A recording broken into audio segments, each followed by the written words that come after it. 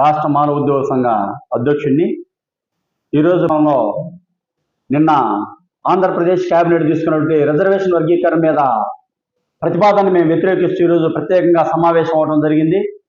ఈ యొక్క రిజర్వేషన్ వర్గీకరణ మీద సుప్రీంకోర్టు తీర్పిస్తూ ఈ యొక్క వర్గీకరణ ఏ విధంగా ఉండాలంటే 59 ఉపకులాల్లో ఉన్నటువంటి వారి యొక్క వెనకబాటుతనాన్ని గుర్తించి అదేవిధంగా వాళ్ళ యొక్క న్యూమరికల్ డేటా వాళ్ళ యొక్క జనాభా ఎంత ఖచ్చితంగా తెలియజేసి అదేవిధంగా ఆ యొక్క 59 ఉపకులాల్లో ఎంపీరికల్ డేటా అంటే అనుభవపూర్వకంగా ఎవరైతే వెనకబడ్డారో వారిని గుర్తించి ఈ యొక్క వర్గీకరణ యొక్క రిజర్వేషన్ యొక్క ఫలాలను వాళ్ళకి అందించమని చెప్పి తీర్పు చెబితే ఈ యొక్క రాష్ట్ర ప్రభుత్వం మీరు గమనించినట్లయితే 2011 లెక్కల ప్రకారం 2024లో మేము తీయలేదు, 2025 వరకు తీయలేదు కాబట్టి 2011 జనాభా లెక్కల ప్రకారం వర్గీకరణ చేస్తామంటాం చాలా సిగ్గుచేటు.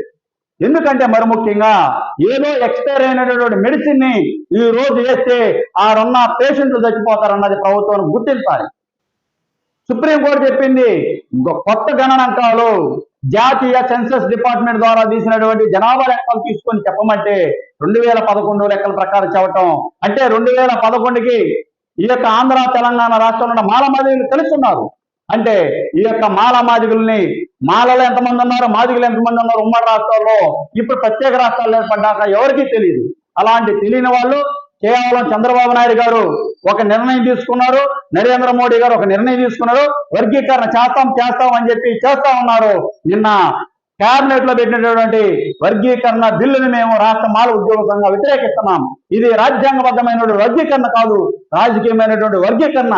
ఎంఎస్ రాజు మరి కొంతమంది ఎమ్మెల్యేలు మాట్లాడుతూ మా యొక్క పార్టీ ప్రతిపాదించింది, మా యొక్క గవర్నమెంట్ ప్రతిపాదించింది, రాజీవ్ రంజన్ మిశ్రా గారు రిపోర్ట్ ఇచ్చారు, దాన్నే అమలు పరచమని చెప్పడం అనేది బహిరంగంగా ఈ యొక్క ప్రజలను మోసం చేయడం అనేది ఈ యొక్క ప్రభుత్వం అప్రదిష్టం మూట కట్టుకోవటమే. మానవులందరూ కూడా ఓడిపోయిన బుద్ధి చెబుతారు చంద్రబాబు నాయుడు గారు. మీరు గమనించండి, మాలను ఎంతో మంది తొక్కాలనుకున్నారు, ఎంతో మంది అణిచివేయాలనుకున్నారు, ఎవరు వల్ల కాలేదు, మీ వల్ల కూడా కాదని మేము స్పష్టంగా చెబుతా ఉన్నా చంద్రబాబు నాయుడు గారు. వాస్తవానికి ఎస్సీల మీద సమగ్రంగా నివేదిక ఇవ్వాలి అంటే జాతీయ ఎస్సీ కమిషన్ మాత్రమే వేయాలి. ఆర్టికల్ 338 క్లాస్ 9 ప్రకారం జాతీయ ఎస్సీ కమిషన్ యొక్క పర్మిషన్ లేకుండా మీరు ఈ యొక్క రాష్ట్రంలో ఆర్ఆర్ఎంఎస్ ఏకసభ్య కమిషన్ వేసి మీ ఇష్టం వచ్చినట్టు రిపోర్ట్ తీసుకొని అన్ని కరెక్ట్ లెక్కలు తీసుకోకుండా ఎటువంటి సెన్సస్ కానీ న్యూమరికల్ డేటా కానీ సుప్రీంకోర్టు ఏం చెప్పిందో అది మీరు అనుసరించలేదు. రాష్ట్ర మాల ఉద్యోగ సంఘంగా ఈ యొక్క విషయాన్ని సింపుల్ గా చదువులేని వ్యక్తికైనా అర్థమైతే 2011 లెక్కల ప్రకారం 2025లో వర్గీకరణ చేస్తాం చాలా హాస్యాస్పదమైనటువంటి విషయాన్ని మనం అందరం కూడా గమనించాలి. ఇదేవిధంగా రాష్ట్ర మాల ఉద్యోగ సంఘం తప్పనిసరిగా ఈ యొక్క వర్గీకరణ సుప్రీంకోర్టులో కొట్టేస్తుంది.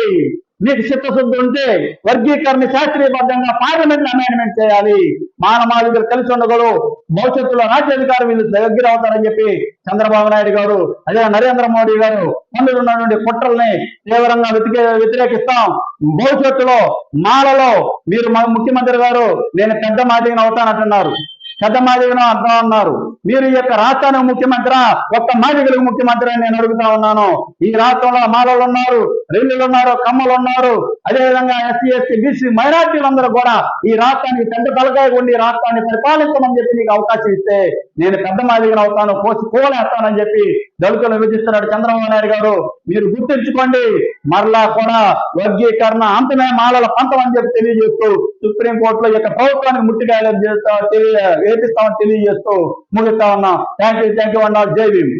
మాలల యొక్క పంతం వర్గీకరణ అంతం లేకపోతే ఏ ప్రభుత్వాలకైనా కూడా ఓటుతో బుద్ధి చెబుతామని చెప్పి తెలియజేసుకుంటూ